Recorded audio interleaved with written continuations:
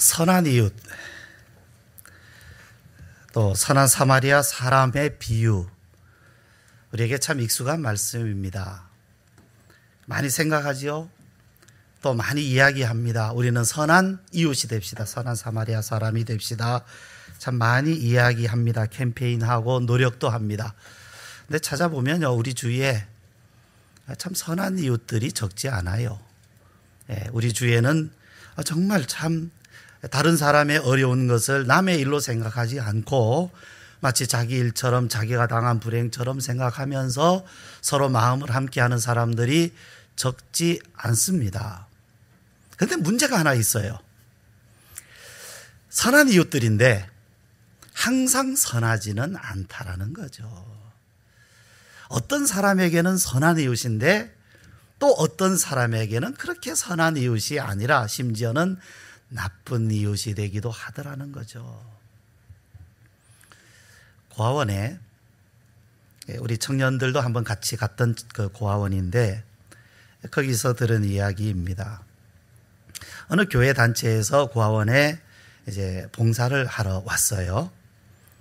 봉사를 하러 왔는데 아이들도 좋아하고 봉사하러 오신 분들도 열심히 봉사하는데 그 중에 한 분에게 전화가 왔습니다. 따르랑 하고 전화가 왔는데 친구였어요. 그 이제 통화를 하는데 아마 그쪽에서 그렇게 물은 것 같아요. 너 지금 어디 있니? 너 지금 뭐 하니? 이분이 이제 아이들과 같이 프로그램을 하고 같이 놀아주고 같이 봉사를 하다가 전화 통화 중에 하는 이야기가 나 여기 불쌍한 애들 도와주러 왔어. 그랬어요. 어디서요? 고아원에서. 맞죠? 불쌍한 애들 도와주러 왔죠? 그러나 그 전화 통화한 것을 듣는 그 고아원의 아이들의 마음은 어땠을까요? 어떻게 들렸을까요? 상처를 다 받아버렸습니다. 그 원장님 하시는 말씀이 그렇게 오려면 오지 마십시오. 그것은 봉사하러 온 것이 아니라 상처 주러 온 것입니다. 적어도 봉사를 하러 가려고 하면 봉사하려고 하는 기본적인 자세와 마음과 동기가 준비되어 있어야 됩니다. 그냥 내 생각에 내가 생각할 때 불쌍하잖아, 그래서 도와줘야지 라는 생각만으로는 그것이 진정한 봉사나 섬김이 안 되더라는 거죠. 본인은 의도하지 않았겠지만은 잘못하면 나쁜 이웃이 되기도 한다라는 사실입니다. 사람이요, 10번 선한 일을 해도 한 번 악한 일을 하면 10번 선한 것 다 없어집니다. 한 번의 잘못된 행동, 한 번의 악한 행동이 또는 그것이 실수를 한다 할지라도 10번의 선한 일을 다 망가뜨리고 마는 거예요. 수포로 돌아가게 만드는 것이지요. 우리는 정말 선한 이웃이 되고 싶어 합니다.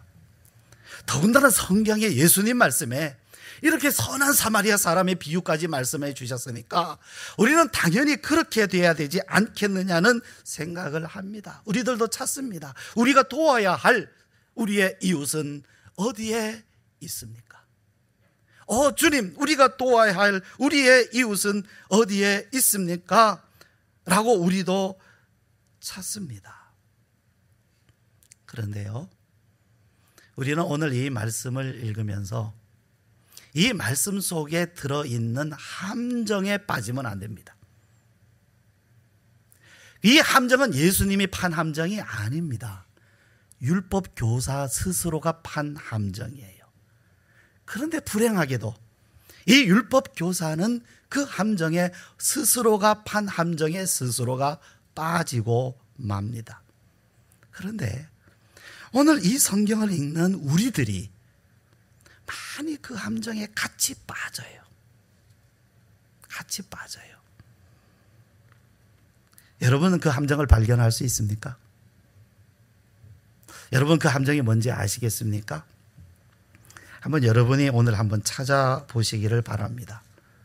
그리고 진정 이 말씀이 무엇을 말씀하고 계시는지를 여러분이 이 말씀을 통해서 정말로 깨닫고 여러분이 알게 되시기를 정말 원합니다. 자, 우리가 쉽게 찾을 수 있는 몇 가지가 있어요. 이 율법 교사가 예수님께 와서 질문을 합니다. 그런데 그 질문에 대해서 누가는 아주 정직하게, 너무 솔직하게 그것을 써놨어요. 25절 말씀 보면 이 율법 교사가 예수님께 한 질문이 어떤 동기였다? 거기 보니까 시험하다. 이 동기는 정말 자신이 이웃을 찾거나 정말로 영생을 얻고 싶어 하는 동기가 아니라 뭐다? 예수님을 시험하려는 것이었다라는 거죠. 이미 자신이 지금 이 질문에 스스로 뭐를 파요? 함정을 파고 있습니다. 시험하여 이르되 선생님, 내가 무엇을 하여야 영생을 얻으리까? 무엇을 하여야 영생을 얻으리까? 자, 예수님의 대답은 무엇입니까?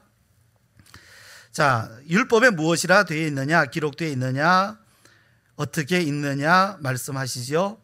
자, 대답합니다. 율법 교사니까 잘합니다. 하나님을 이렇게 사랑하라고 되어 있습니다.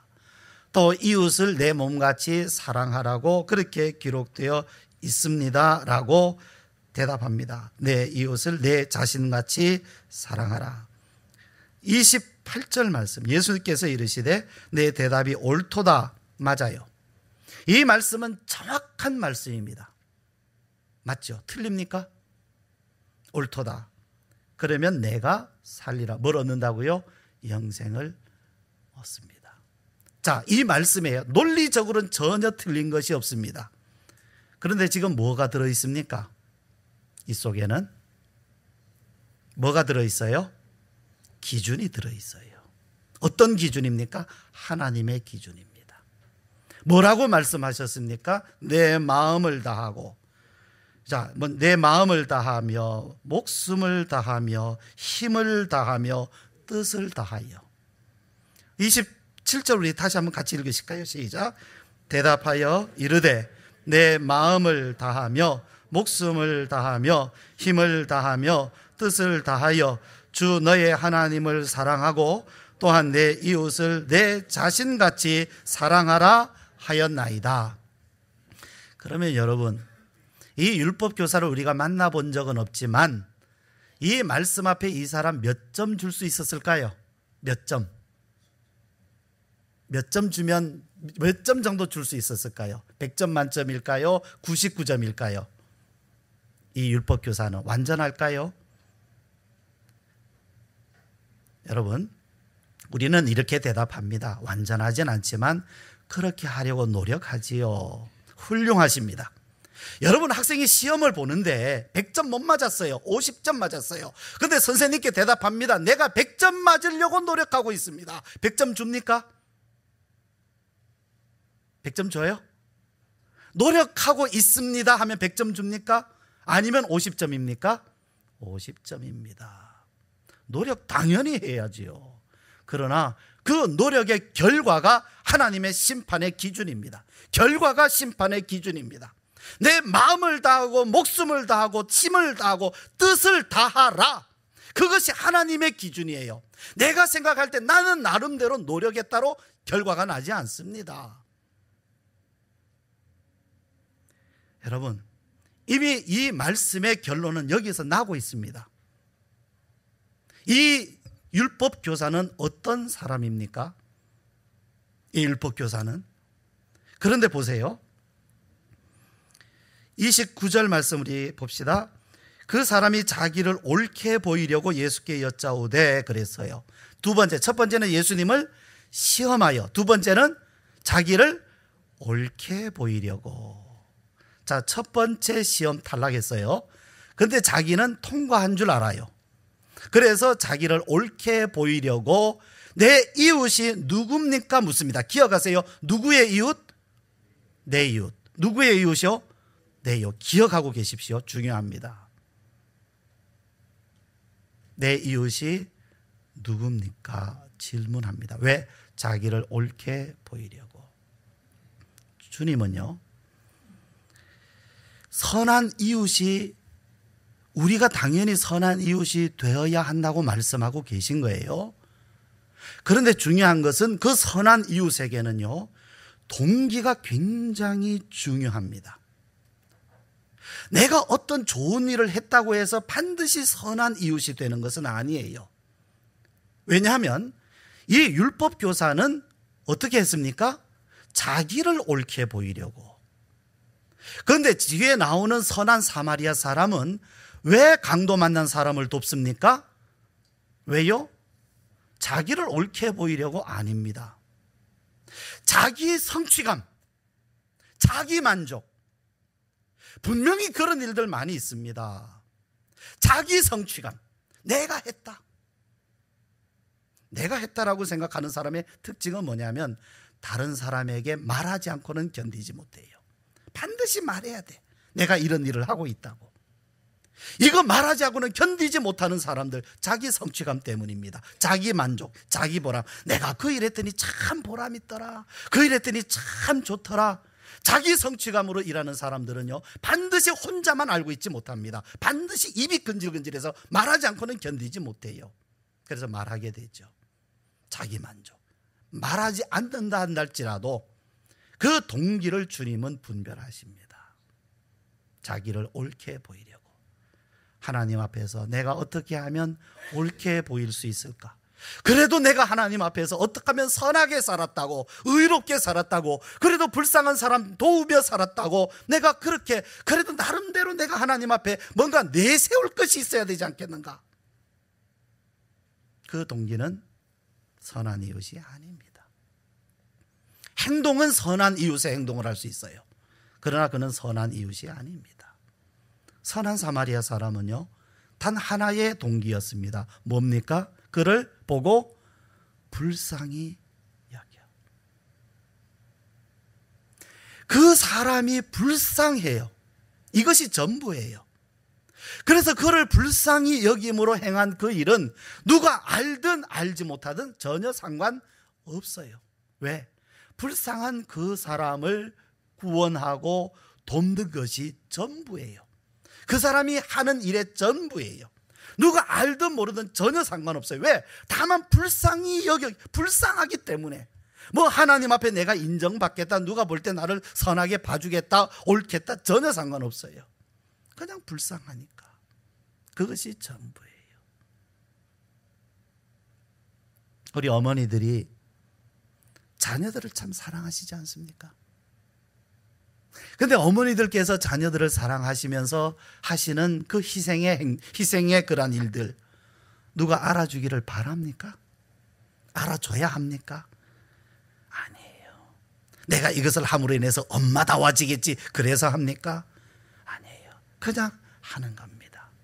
남이 알든 알지 못한 상관없어요. 뭐 알면 아는 거고 모르면 모르는 거 상관하지 않아요.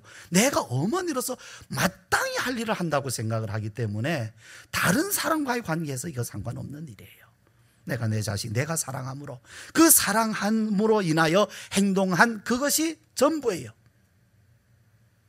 그런데 이 율법교사는 자기를 옳게 보이려고, 그래도 내가 그리스도인으로서 이런 일을 해, 그래도 내가 교회 다니는 사람으로서 이런 일을 하며 살아, 그래도 난 이런 거 하고 있어, 그래도 그것으로 인해서 자기 위안을 삼는 거죠. 안 하지 않는다 이거죠. 나도 한다 이거죠. 위안 삼는 것입니다. 선한 이웃 아닙니다. 주님 말씀하셨어요. 하나님을 사랑하되 내 마음을 다하고 뜻을 다하고 힘을 다하고 목숨을 다하여서 내 이웃을 내 몸과 같이 사랑해라. 내가 내 몸을 사랑하는데 그 몸을, 내가 내 몸 아끼고 사랑하는 것을 다른 사람에게 뭘 보입니까? 말합니까? 그것으로 무슨 만족을 삼습니까? 그냥 그 자체로 사는 거 아닙니까? 근데 또 하나가 있어요, 여러분. 세 번째죠. 예수님이 나중에 질문을 합니다. 누가 이 강도 만난 자의 이웃이 되겠느냐 주님께서 물으실 때 뭐라고 대답하죠? 뭐라고 대답합니까? 자비를 베푼 자니이다. 이 대답에 여러 주석가들이 의미를 부여하고 있어요. 어떤 의미를 부여하고 있느냐 하면요, 이 자비를 베푼 사람의 신분이 누굽니까? 사마리아 사람이에요. 사마리아 사람들은 유대인하고 사이가 어떻습니까? 아주 안 좋습니다. 예, 우리나라 옛날에 양반 쌍놈보다 더 심각하게 이 유대인들은 사마리아 사람을 진짜 뭐라고 그러죠? 발의 때만큼 생각을 해요. 그런데 예수님께서 지금 누구를 선하다 하십니까? 선한 일을 한 사람이 누구예요? 그래요. 간단하게 말할 수 있는 거예요. 예, 예수님, 그 사마리아 사람이요. 이렇게 대답할 수 있잖아요. 그런데 이 사람은 그 사마리아 사람이 선한 일을 했다라는 말을 죽어도 하기가 싫은 거예요. 왜? 유대인이니까. 그 발의 때만큼도 여기지 않는 그 사람들이 선한 사람이다, 옳은 일을 행했다, 예? 제사장과 레위인은 그냥 다 지나갔는데 사마리아 사람은 그렇게 했다라는 말, 정말로 마음이 뒤틀리는 거죠. 정말 싫은 거예요. 그 사람이 옳은 일을 한 것은 알겠어. 그래도 그 사람이 사마리아 사람인 것은 죽어도 싫은 거예요. 죽어도 싫어요. 정말 죽어도 싫어요. 그래서 뭐라 그럽니까? 사마리아 사람요, 간단하게 이렇게 말하지 않고 예, 자비를 베푼 자니이다. 틀린 말은 아니니까. 뭐가 있어요? 사람에 대한 편견이 있어요. 참, 사람이요, 누가 미우면 끝까지 미워요. 그 사람이 옳은 일을 해도, 선한 일을 해도 미워하면요, 끝까지 미워요. 싫은 거예요. 그 마음을 풀지 않아요.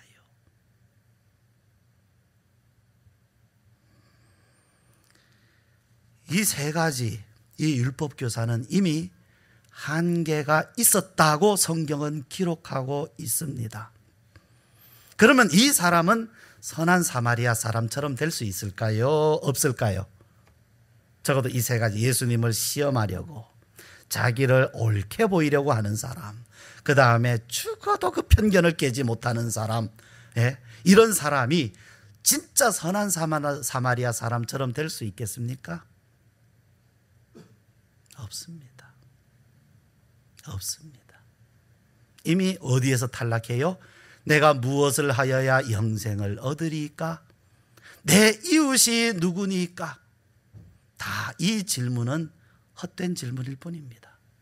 이 사람에겐 다른 게 필요해요. 이 사람은요, 뭐가 없습니까? 자신을 알지 못합니다.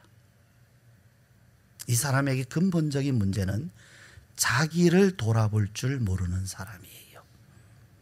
자기의 옳은 것은 알아요. 이 사람이 율법 교사니까 분명히 의롭게 행한 일, 선하게 행한 일 적지 않을 겁니다. 구제하고 사람들 돕고. 그러나 이 사람은 그러한 자기가 행한 선한 일들 속에서 자신의 한계는 돌아볼 줄 모르는 사람, 그냥 자기 스스로 자기를 의롭다고 생각하고 자기 만족으로 살아가면서 자기 속에 있는 한계에 대해서는 한번 생각할 줄 모르는 그런 어리석은 사람입니다. 도둑놈 아닙니다. 이 사람 강도 아닙니다. 그러나 하나님 나라에서는 선한 이웃은 아닙니다. 여러분, 우리가 성경을 읽을 때에 논리는 맞지만 현실이 그렇지 못한 것 많이 있습니다. 바로 오늘 이 말씀과 같습니다. 하나님 사랑해라, 아멘. 이웃 사랑해라, 아멘. 선한 사마리아 사람처럼 됩시다, 아멘. 그러나 그 아멘 하는 속에, 현실 속에서 내가 가지고 있는 한계에 대해서 돌아보아야 돼요. 말씀은 그것을 돌아보라고 있는 말씀입니다.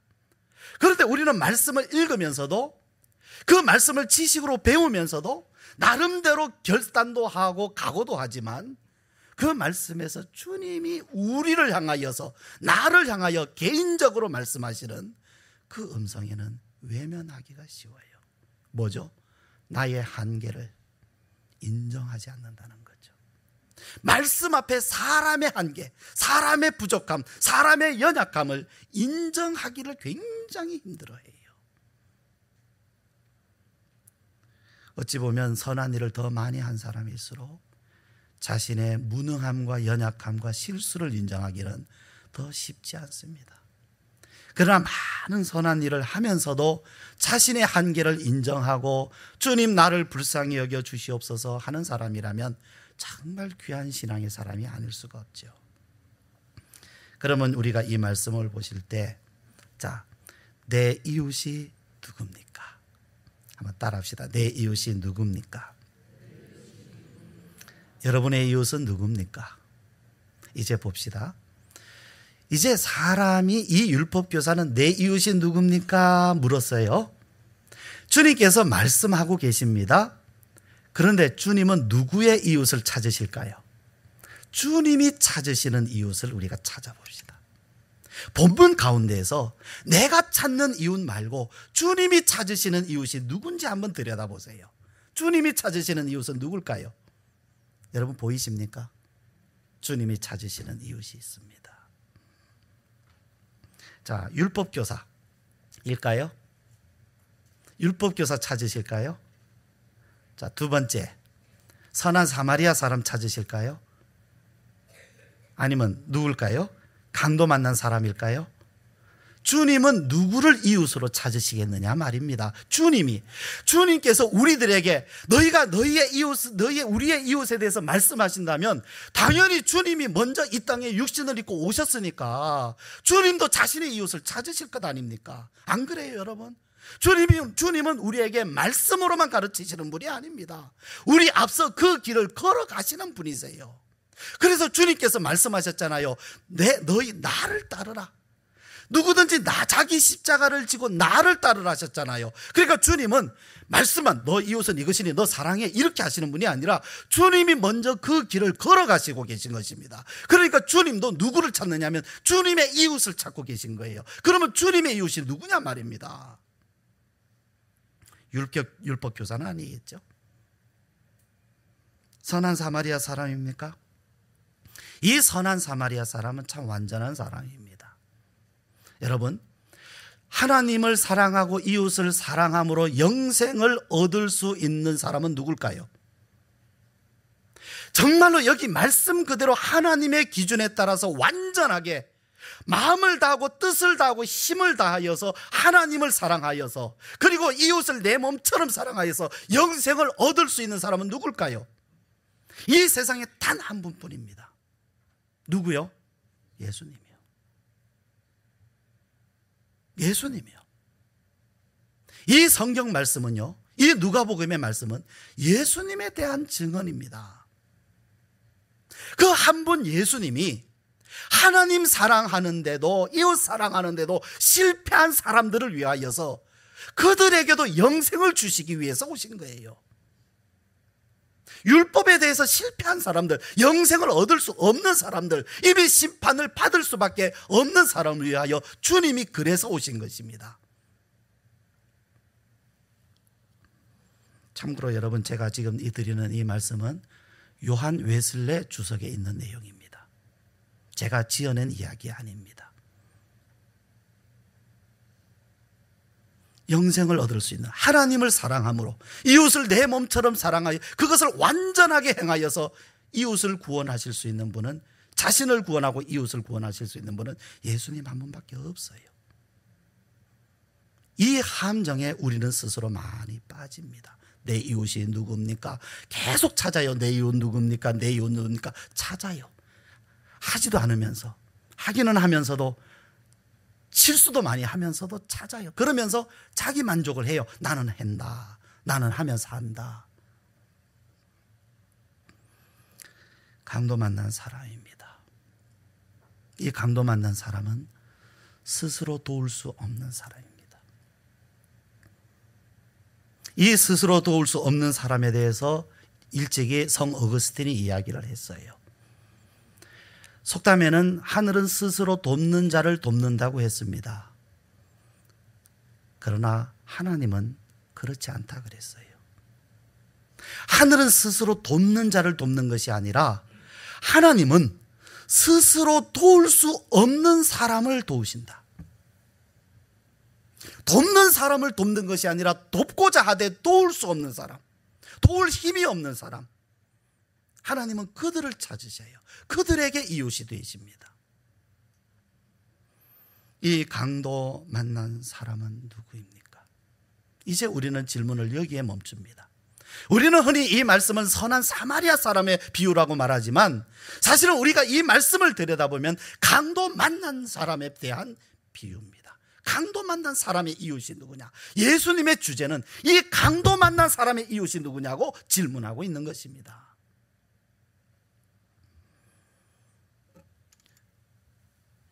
이 강도 만난 사람은요, 보세요. 예루살렘에서 여리고로 내려가고 있었습니다. 여리고는 굉장히 높은 지대에 있어요. 예루살렘은 굉장히 고지대에 있고요. 여리고는 굉장히 낮은 지대에 있습니다. 그래서 예루살렘에서 여리고로 내려가는 길은 아주 급경사 가파른 길이고 거기는 계곡이 있고 그 광야 바위 틈 속에서 종종 강도들이 나타납니다. 위험해요. 그러나 거기는 많은 사람들이 있었기 때문에 예루살렘과 여리고 사이의 이 길은 많은 사람들이 오가는 길입니다. 한적한 길은 아니에요. 그러니까 하루에도 많은 사람들이 왔다 갔다 합니다. 그러니까 강도가 출몰하는 것은 아주 순식간에 일어난 일이죠. 예. 그 강도를 만났어요. 여러분, 강도 만난 것이 이 사람 의도입니까? 계획했습니까? 사람이 불행한 일을 당하는 것이 실수로 당하는 사람도 있지만 어떤 사람은요, 전혀 생각지도 못한, 자기 잘못도 없는데 억울하고 분하고 원통한 그런 불행한 일을 당하는 사람들이 있어요. 우리들은요, 그런 불행한 당한 사람 보면 그래도 뭔 잘못을 했으니까 그렇겠지라고 자꾸 이야기를 해요. 그러나 정말 잘못하지 않았는데도 자기의 의지와는 상관없이 정말 사람이 이런 불행한 일을 당하는 일이 있다는 사실입니다. 우리는 그런 사람들을 불쌍히 여겨야 할 터인데 불쌍히 여기는 마음보다 먼저 드는 게 뭐냐면 그래도 뭔 잘못을 했으니까 그렇지라는 생각을 먼저 하더라는 거죠. 옷을 다 빼앗겼습니다.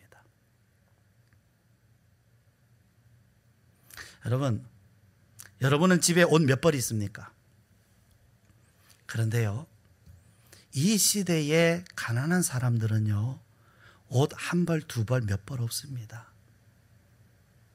제가 캄보디아 갔을 때 그 캄보디아 이제 그 사람들, 정글 속에 있는 사람들 집을 이렇게 방문할 수 있는 기회가 있었어요. 이제 가서 봤는데 뭐 방은 없고 주방, 그리고 이제 뭐 거실 같은 데 있는데 2층이죠.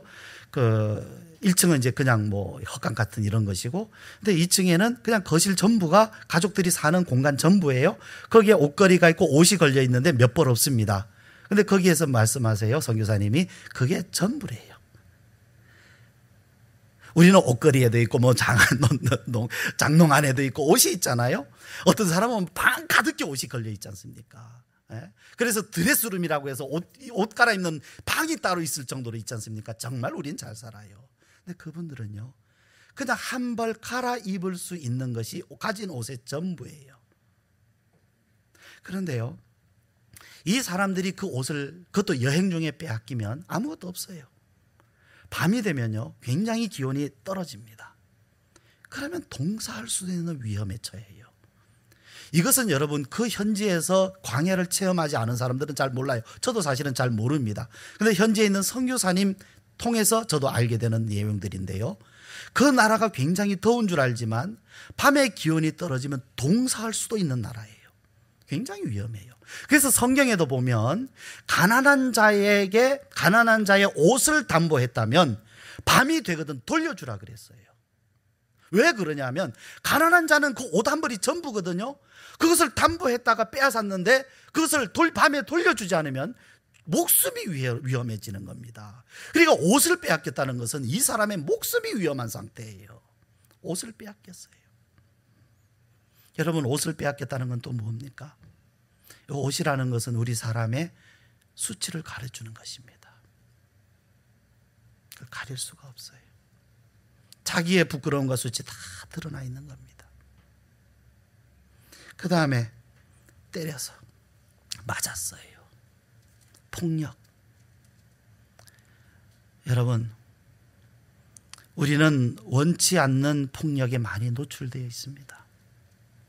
실제 물리적인 폭력에 덜 시달리며 사는 사람도 있어요. 물리적인 것은 아니라 할지라도 언어 폭력 또는 사람들에게 무시당하는 것.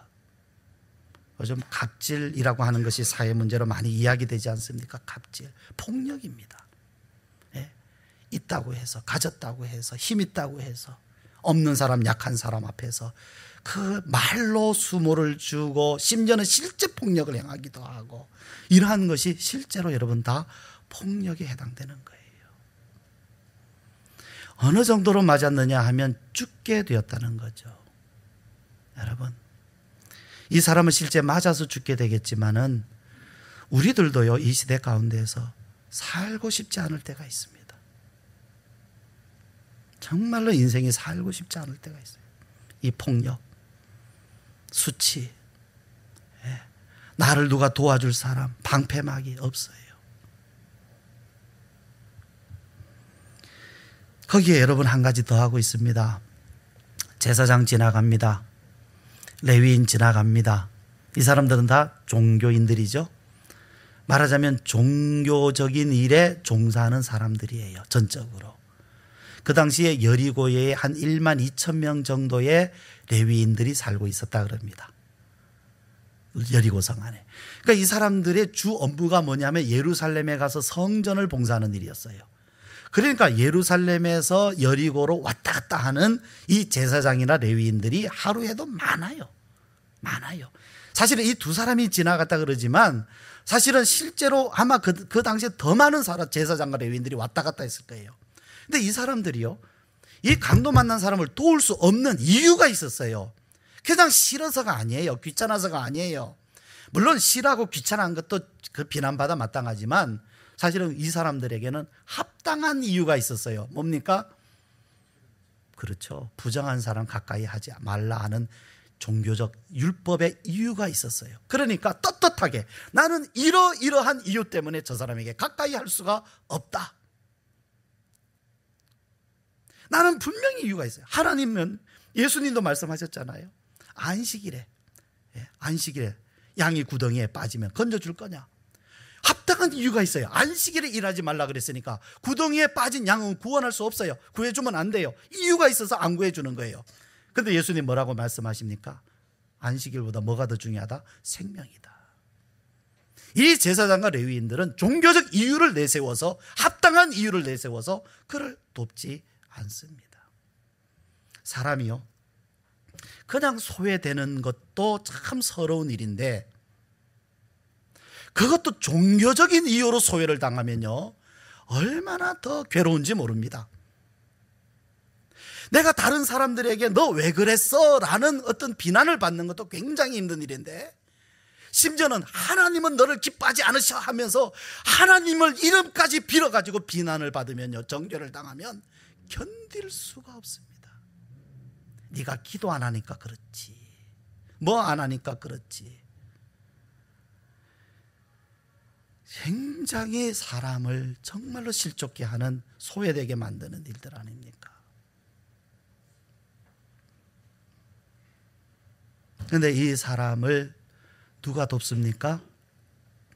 누가요? 선한 사마리아 사람이 돕습니다. 선한 사마리아 사람은 그를 지나가지 않습니다. 동기는요, 그가 불쌍하기 때문에, 다른 거 없습니다. 불쌍해서 그를 도와주는데, 우리가 말씀을 읽어보면 전적으로 책임을 져줍니다. 남의 일로 생각하지 않고, 돕는다고 생각하지 않고 내 일로 그대로 생각해서 돈 주고 나중에 일까지 다 책임을 집니다. 다 책임을 져줘요. 이 말씀 중에 유독 하나 떠오르는 것이, 이 사람이 자기 나귀에 태워 이렇게 나오지 않습니까? 그렇죠? 여기 말씀을 보면 이 사마리아 사람이 그 사람을 치료를 해주고 싸매고, 그죠? 그 기름과 포도주 붓고 하면 자기 짐승에 태워라고 나와요. 자, 자기 짐승에 태우면 이 사람은 어디에 있을까요? 자, 강도 만난 사람 짐승에 태웠어요. 나귀에. 나귀일 거예요 아마. 근데 이 사람은 그럼 어디 있어요? 내려서 걸어가는 거죠. 이 강도 만난 사람을 태우기 위하여 자신은 내려서 그를 데리고 가요. 자기는 걸어가는 겁니다.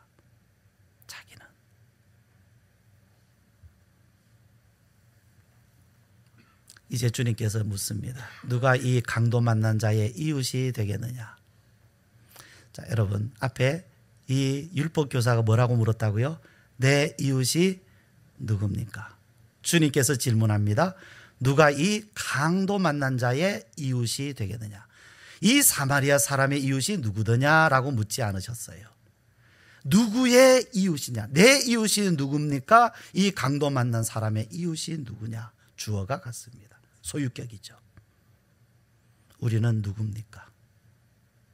우리는 이 말씀 속에서 나는 어디에 해당합니까? 누구입니까? 선한 사마리아 사람입니까? 하십시오. 자신이 선한 사마리아 사람이라고 생각하신다면 반드시 그렇게 하십시오.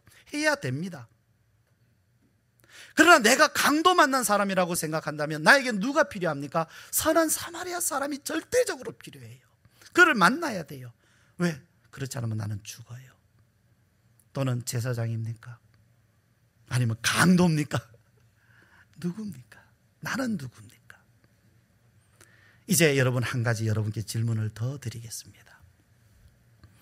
이 사람들, 여기 등장하는 이 사람들 중에 율법교사 포함해서 장차 다른 사람을 위하여 선한 이웃이 될 수 있는 사람은 누굴까요? 진정으로 내 이웃이 누굽니까? 묻는 사람일까요? 아니면 누굴까요, 여러분? 그냥 내 이웃이 누굽니까? 찾는 사람일까요? 아니면 진짜 선한 이웃이 될 수 있는 사람은 누굴까요? 물론 선한 사마리아 사람은 당연히 이미 그렇게 돼 있지요. 그러나 그 나머지 사람 중에 누가 선한 이웃이 될 수 있을까요? 누가? 강도 만난 사람입니다. 기도드리겠습니다.